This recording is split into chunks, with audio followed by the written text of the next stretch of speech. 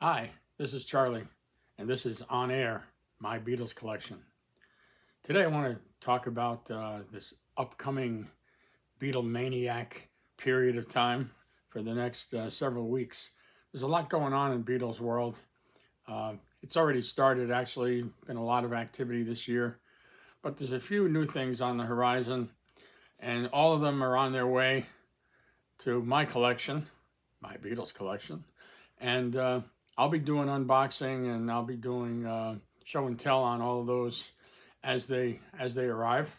But I thought today I would just kind of preview some of that stuff and just talk about it just for a few minutes. First thing is Terry Crane has a new set of books. You know, Terry has written previously the NEMS book, and he's an expert on all the Beatles things that were copyrighted under the NEMS name back in the 60s. And now he has these books called Copywriting the Beatles. It's a 3-part set. It's already been released. Some of my friends already have it. Mine are on the way, all three books. I'm not sure why it's 3 volumes and not just one big fat book, but it's 3. So I haven't researched it enough yet, and I don't have them in my possession. So I don't know exactly why that would be separated into 3 books and not 3 chapters. But in any case, it looks like a great set. I know Terry is an expert, and if you have a lot of memorabilia, you know, not particularly records and CDs, but memorabilia, Terry's the guy, and I'm sure there'll be great books. So I'm looking forward to that. They are on their way. Another thing that's on their way is a little more controversial, perhaps, is this guy.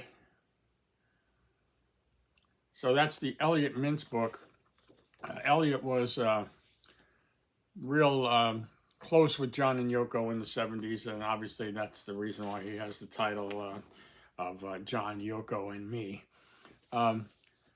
I've read some interesting excerpts about, or from the book, I should say. The strangest one was where he says that he had a red light in his house in L.A., and it would flash if John or Yoko called him. So he was at their beck and call. I know that when John went out to the West Coast with May Pang, it was Elliot that met him at the airport and took him around. My experience with what I've read about Elliot is he is very much a Yoko person as opposed to a May Pang person. So he has kind of minimized in his writings and you know, when he speaks about it, he kind of minimizes the role that he thinks May Pang played in the life of John, and he minimizes Yoko's involvement in putting those two together. Whereas, you know, history has told us that Yoko had a lot to do with putting those two together. So, you know, people will have, and I will have, mixed opinions about what he says in the book. He has strong loyalty to the Lennon estate and to Yoko in particular. So, you know, everything he writes tends to be putting her and putting that whole situation in the best possible light, and anybody else who's outside of that circle doesn't get treated the same way. So I'll be interested to see what I think after having read the book.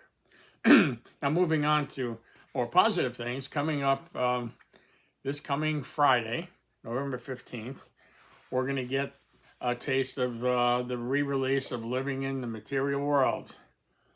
So that's the super deluxe box set that's coming with both vinyl and CDs in the same box set, which is not typically the case. That should arrive on Friday, I hope. That is the release date. And then also coming at the same time, there's 4, count them, 4 variations of the vinyl, other than the vinyl that I just showed you in the box set. There's 4 individual vinyls, all the same album, but all different in terms of the vinyl. So you got your standard black vinyl, you got color vinyl, sort of a red color vinyl, yellow, and a white. And the participants in that are Amazon, Barnes and Noble, and Target. They each have one of those colors exclusively. So I've got a variety of having to go to Barnes and Noble to pick up their version. The Amazon one will probably be here on the release date or the day before, and the Target will probably be here a couple of days later into the following week.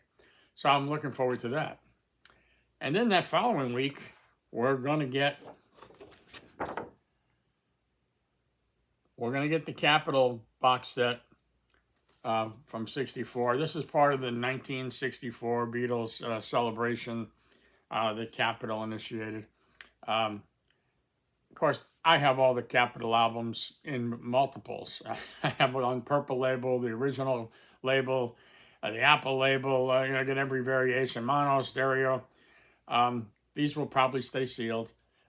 Maybe not. They are 180 gram, so that they are more solid in that respect.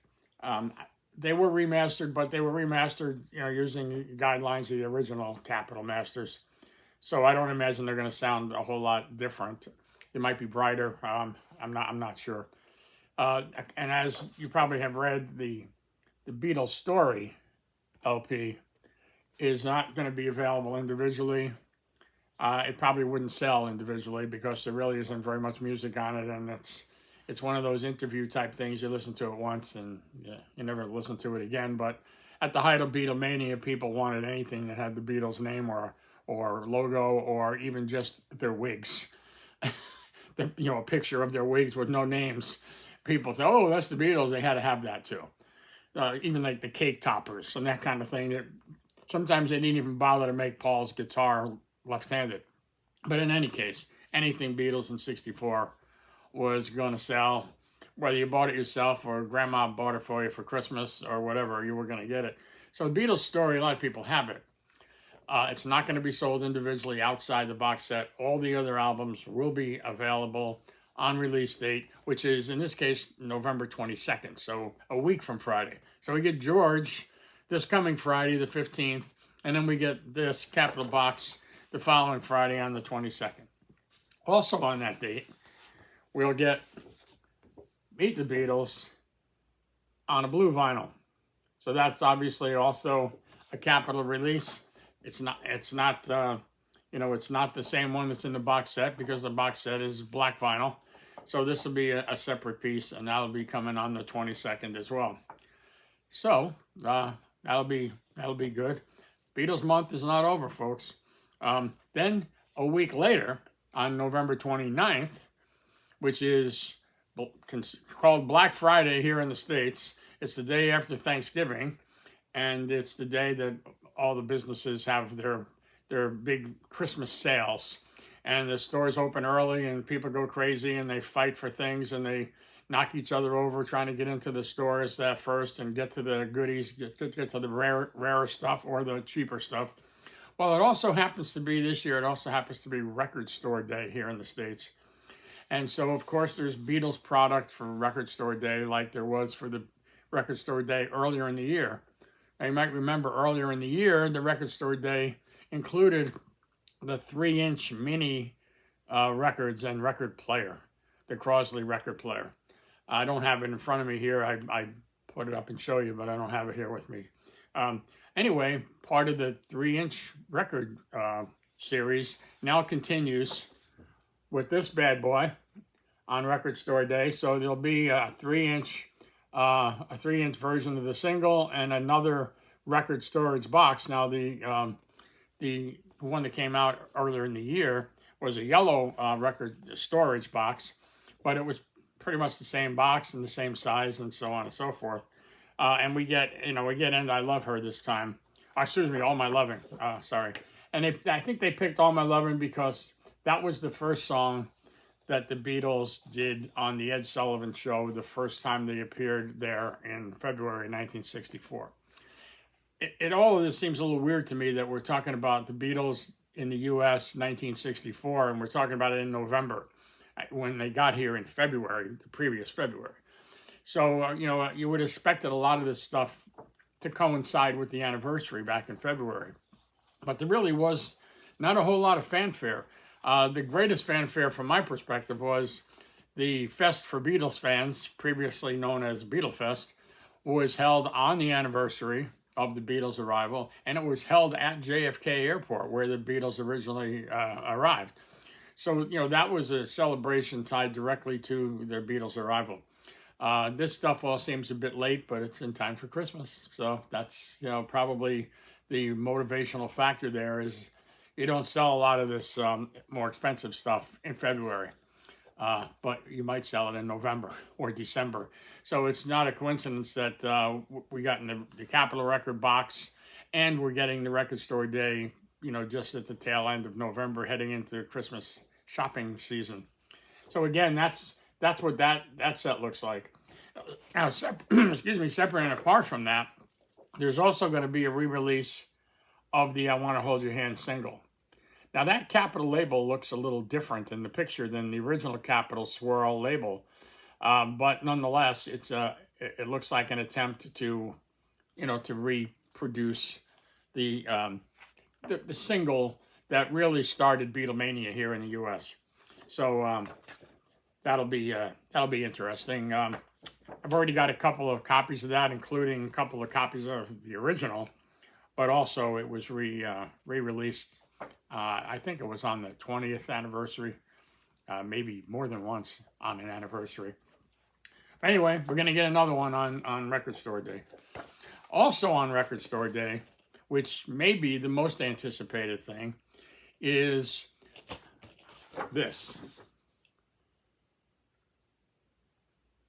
Disney Plus, as they did with the Get Back project a few years ago, has an exclusive on this project, and this is Beatles 64. It's kind of a cousin of the Beatles' first visit, which was already widely released years ago. That's the famous Maisels brother video, where they had almost unlimited access to the Beatles throughout their arrival and throughout their early, parts of their first tour. So I know this was included. Footage from this was included, including the footage from the Washington Coliseum concert that the Beatles did right immediately after they finished the Ed Sullivan stuff. They took the train down from New York to Washington, and they did the Washington Coliseum show. The sound on that show has been difficult to manage over the years, but now with Peter Jackson's technology, my understanding is his company did do the sound separation on that, and Giles Martin did the remix of that sound after it was separated. So we're all looking forward to seeing that Beatles' arrival in a new light, with perhaps a more professional finish. And it's not just the Maisels brothers film; that's just a part of it. And we're hoping that the sound is going to be, something better than we've ever heard before because of the Peter Jackson technology. So looking forward to that. It's going to be a busy month. I got the books coming. We got the George stuff. We got the Record Store Day stuff. We got the Disney thing. We got the Capitol stuff. A lot going on. It's going to be an expensive Christmas for us Beatle fans. And then as soon as we start to recover from that and pay some of the credit card bills in January, we get the Ringo Look Up country album, which is available in black vinyl and color vinyl. The color vinyl, I believe, was only available from Ringo's site. So all of those things will be arriving here at My Beatles Collection on air, and I'll be doing an unboxing for all of those things, and we'll take a close look at them, and hopefully, if you have them, you'll be able to, take a closer look, and if you can't, then I'll show you what I have, and we'll take a thorough dive on some of this stuff, and then we'll have to catch our breath in January, and we'll go back to the normal stuff. I'll be digging into my collection. I'll be interviewing some guests like Mikey Arugula. You might have seen those videos recently. Mikey's got a vast memorabilia collection, so I enjoy checking out his stuff. I have some memorabilia. I have a lot of memorabilia, but nothing near what he has. I'm more a vinyl CD music guy, and I have the more mundane, if you will, Beatles, more common Beatles memorabilia. I have both of the good lunch boxes and the pillow and the wig and the sweatshirt and the loose leaf binder. They're all fairly common. They're not that hard to find if you're willing to, part with the cash to get them. Mikey is well beyond that.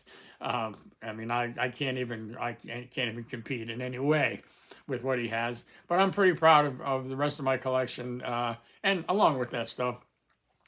And so from time to time, I'll be digging into one item or two items at a time, and posting that here so you can take a closer look at some of the things you might have seen in the past, or maybe you never even saw one before. If it's a box, I'll open up the box set and show you what's inside, and tell you what I think about it. I have bootlegs, I have color vinyl, I have picture discs, I have all kinds of stuff. So we'll be digging into all that here on air, my Beatles collection. If you like this video, please hit that thumbs up like button. If you don't like it, hit the thumbs down. If you do that, please comment and tell me why. If you have ideas about future shows, please let me know what those ideas might be. And just, comment and certainly subscribe if you're so inclined. If you're already a subscriber, welcome back. It's great to try to grow the family here.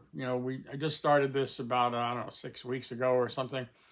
So, we're getting some subscribers, and we're getting some hits on the videos. And of course, I'd like to expand that so we get a bigger audience, and we have, more the merrier, more fun. So again, thanks for joining us. I'll see you next time. Bye.